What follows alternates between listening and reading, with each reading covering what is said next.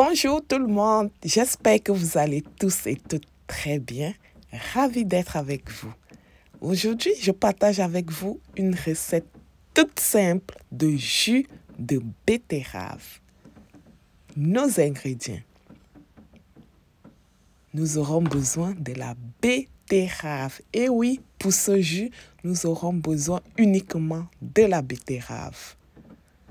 Voilà, c'est lavé et coupé en deux pour faciliter son extraction dans l'extracteur à jus. Regardez-moi cette magnifique couleur, elle est vraiment belle. À la fin de cette vidéo, je partage également avec vous une recette toute simple d'un cocktail à la betterave.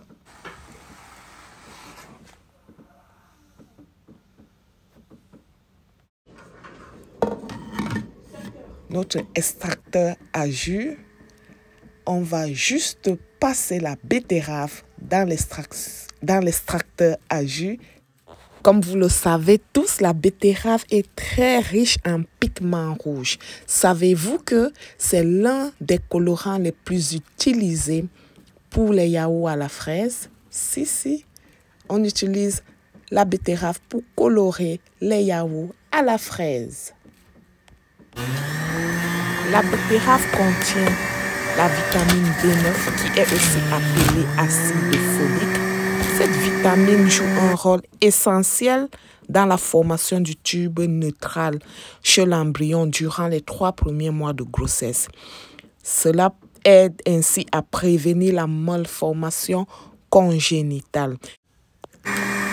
Voilà, notre betterave a été extraite. Il y a de la mousse. Évidemment, lorsqu'on extrait la betterave, vous avez souvent beaucoup de mousse. Ici, je vais les enlever. Mais par exemple, si vous avez fait un dessert, vous pouvez mettre votre mousse de betterave par-dessus votre dessert. Ça se mange aussi très bien comme ça. Il est très important de toujours demander l'avis de votre médecin ou de votre professionnel de la santé avant de consommer certaines plantes, certains aliments.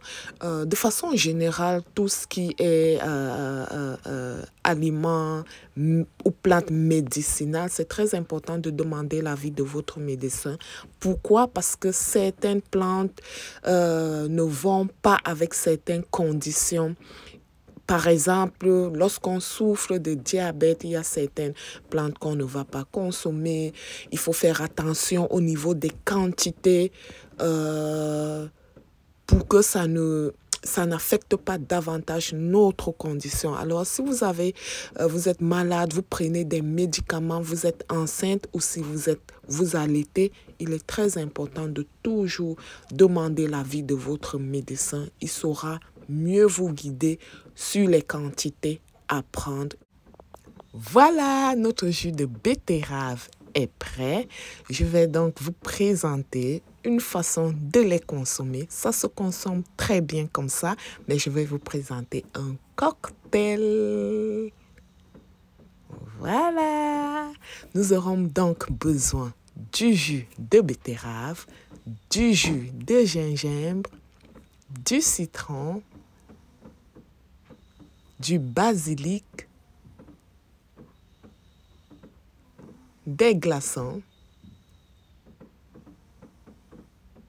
et d'un mélangeur à cocktail.